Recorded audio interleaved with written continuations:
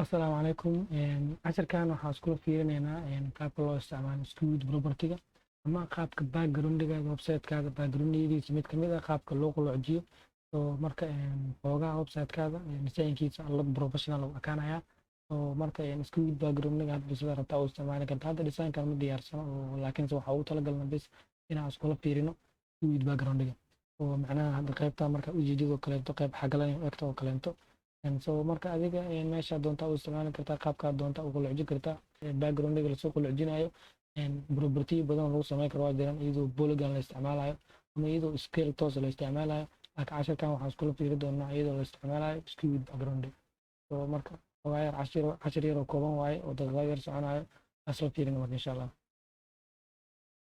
Okay, marka waxaa ii furan hal file ii furan waxaan sameysanaynaa fileskeena sameysanaynaa html-ka iyo filekeena css-ka iyo filekeena css-ka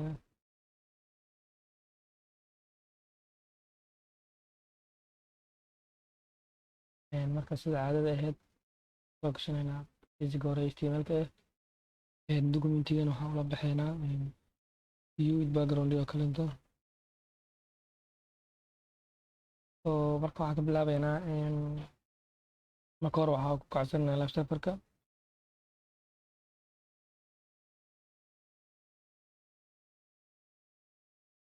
Okay, hadda page-keena ready waa marka waxaan sameysanaynaa hal class oo la yiraahdo oo kale Skewed oo kale midka aan rabno aan wareejino. Waxaan leenahay dot Skewed already wuxuu inoo noqonayaa div. Marka actual content-geena waxaan gashanaynaa containers. Container-kan waxaa inoogu jiraya marka h1 oo kaleeto oo inoogu qoran tahay oo kaleeto Skewed background iyo paragraph oo qoraal gashanayno.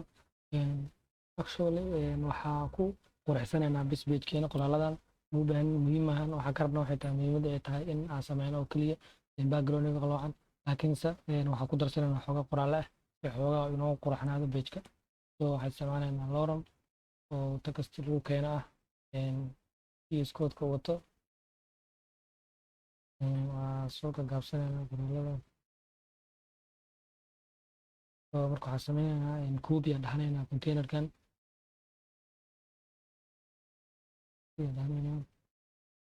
banaanka waxaan rabnaa marka laba qayb banaan kadibna qaybta la qaloojinayo iyo qaybta ka hooseyso. Marka waxaan ka dhiganaynaa down oo kaleeto waxaad doonta dhaha karnaa name oo kaliya. Midkan waxaan dhaxanaynaa normal background. Marka hadda save dhahano wax yar aan soo gaabsanaynaa shaashadda. Then halkan hadda labadeena qoraal filekeena css-ka waan ku xiranaynaa.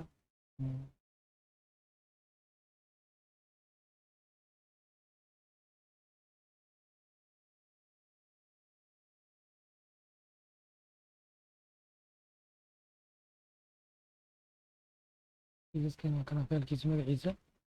Okay, marka hadda markaan save dhahano then style-keena u imaanaynaa waa soo yaryaraysanaynaa xoogaa yar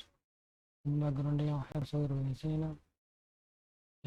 Midka koowaad horta body-ga wax yar habeynaynaa oo margin-ka iyo padding-ka 0 ka dhiganaynaa. Background-ga waxaan ka dhiganaynaa madow aan ka dhiganaynaa.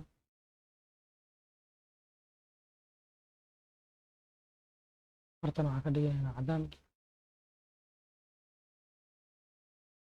Xoogaa font size-kana soo qaadanaa ilaa 20 pixels kasoo kaleeto. Okay, hadda waa round tahay. Marka waxaan u gudbaynaa Skewed background-ga. Haddii aan fiirino class-kan Skewed waxaa ku dhex jiro class-kan container-ka ku dhex jiro. Marka waxaan rabnaa marka Skewed-kan inaan u sameyno sidii xariiqinta qaloocaneed oo kaleeto. Marka waxaan soo qaadanaynaa Skewed background horta u sameynaynaa si aan u aragno. Pinky oo kaleeto ka dhiganaynaa 0 oo kaleeto. Markaan save dhahano waa kaas qaybteena kore ee Skewed-ka ah. Marka si aan u soo weyneyno waxaan u sameynaynaa xogaa background yaa soo hadee baarina gelina xogaa si oo meesha bilac yeelato toobka oo kaleento 200 oo bx left and right kan 100 bx oo kaleento hadda markaa save dhahna marka intaan la eegaya marka actually okay waa intaan waxaan sameynaynaa marka isku yidka markuu gudbeynaa waxaan isticmaalaynaa transform oo marka SKU isticmaalana waxa la yiraahdo SKU property SKU isticmaalana marka property-gan SKU wuxuu qaataa laba value uu qaataa oo x axis iyo y axis soo qaataa macnaha jiifka inta laga soo sikanayo ama joogka inta laga soo sikanayo haddii ay rabto inaad dhinacyada ka kala wareejisid waxa waaye qaybta oo x-ka waaye haddii rabto inaad joog wax ka kala wareejisid qaybta y-da macnaha horizontal iyo vertical sida u taqaaniinba marka midka u soo horeeya waxa waaye qaybta dhinacyada ama jiifka oo qaybtan dhaxda ama qaybta x-ka marka anaga waxaan rabnaa qaybta y-da joogiisa inaan kala wareejinaa rabnaa oo midkan waxaan siinaynaa degree 0 degree leenahay marka aragtid css-ka waxaa isticmaali jirtay bx oo kaleeto SKU-ka markaa ku jirtay value-diisa waxaa u isticmaalaysaa degree oo horizontalka 10 degree oo kale leenahay oo hadda markaa save dhahna marka waxaad dareemi kartaa macnaha inuu kala wareegsaday qaybta kor inuu kasoo kala wareegsado marka anaga waxaan rabnaa qaybtan hoose oo kale inuu ka wareegsaa rabnaa oo hadda inspect oo kale yaa u isticmaalno developer toolska oo marka waxaan u imaanaynaa class-kana ku dhufsanaysaa SKU-da marka hadda waa kana wixii aan kusoo qoranay css-ka meeshaan ka arkayna macnaha bas wax kale oo weyn ma ahan waa kana hadda SKU-da soo qoranay hadda haddii aan meeshaan si live u arkaysaa meeshaan qaabka wax ugu bedeshid ad 1 degree marka dhahayd 10 degree haddaad tiraahid 20 degree qaabka usii kala wareegsanaya caadi u arkaysaa marka anaga waxaan rabnaa sida uu wareegsanaya ma ahane sida kale inuu wareegsada rabnaa marka waxaan leenahay oo keliya minus 10 aan leenahay oo minus 10 markaa dhaana hadda waa kana qaybta rabnaa hadda uu kasoo wareegsaday oo meeshaan kor uu soo kacay marka wax dhibka keenaya waxay tahay haddana waxaa la arkayaa qaybtan kore ee midowga la arkayaa marka waxaan sameynaynaa maxaa la yidhaahdaa elementigan dhan amise kale meeshaan horta waxay noogu jirtay class-kan waxa inoo hayay macnaha oo elementigan oo dhan waxa inoo hayay class-ka SKU waaye midka aan kala wareejinayo marka class-kan SKU-ka dhan waxaan rabnaa inaan kor u qaadno kale inta isaga dhanba inaan kor u qaadno isku daynaa so marka waxaan isticmaalaynaa translate isticmaalaynaa translate-ka macnaha wuxuu sameeyaa wuxuu dhaqaajiyaa oo keliya meeshaan aan ku qoranaynaa translate oo kale markaan dhahno meeshaan uu ka qaldaya marka waxaa fiican marka horena inta kusoo qorano waxaan leenahay translate y waxaan rabnaa qaybta y-da bis inaan kor u qaadno oo hadda haddii aan dhahno translate x oo kale aan ku tusaale mar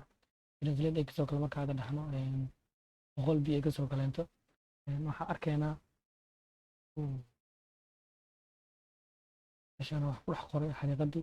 hadda markaa save dhahno marka qaybtan wuxuu kasoo sikaday macnaha 100 bx oo meeshaan kasoo sikaday marka x-ka waxaa loo isticmaalaa dhinacyada halka y-dana loo isticmaalo jooga hadda haddii aan dhaho maxaa la yidhaahdaa tol meesha hadda ay ka tahay x haddii aan ka dhaho y kor ayuu wuxuu kasoo sikanaya qaybtan kor ayuu wuxuu kasoo sikanaya 100 bx marka y-da inay capital ahaataa la rabaa hadda markaa save dhaho meesha hadda wuxuu kasoo sikaday 100 bx marka anaga waxaan rabnaa marka inuu kasoo sikado ma rabne inuu gudaha u galaa rabnaa because of hadda haddii aan tirno translate x-ka mar haddii aan tirno hadda aan save dhahno waxaa loo jeedaa waxay tahay haafkaasaa loo jeedaa marka anaga waxaan rabnaa inaan haafkaas qarino sidoo kale meeshaan minus aan gelinayna sida daya kusoo sameyn developer toolka qaabka uu meeshaan kor ugu soo wareejiyey anaga waxaan ka rabnaa qaybtan kale inuu kor ugu qaadno ma rabna qaybtan kale inuu kor ugu qaadno oo hadda markaa save dhahno qaybtan kor ugu soo qaadno marka meeshaan banaana waxaan rabnaa inaan iska qarino oo maxaa la yidhaahdaa elementigan gudaha kor ugu qaadaan rabnaa marka waxaan isticmaalaynaa translate-ka isticmaalaynaa so translate-keena waxa waaye qaybta y-da waaye waxaan leenahay minus aan leenahay 100 bx oo kaleento 100 bx markaa save dhahno hadda guduhu u galay oo guduhu u qaado macnaha so marka haddana geeskaasaa kasii muuqata qayb yara kasii muuqato geeskaas marka waxaan sameynaynaa 120 oo kale actual okay waaye 120 bx oo kaleento so marka hadda 120 kor ugu qaadno laakiin problemkan haysta wuxuu yahay qoraalkeena wuxuu noqday qaab gees oo noqday qoraalkeena. So marka qoraalka si aan u soo celino qoraalkeena oo dhan wuxuu inoogu jiraa galaas oo container ah oo wixii inoogu jiro text ama waxyaabo kale oo dhan waxaa inoo haysa containerkan. marka containerkan aan isticmaalaynaa oo soo celinaynaa containerka isaga marka hadda dhahno container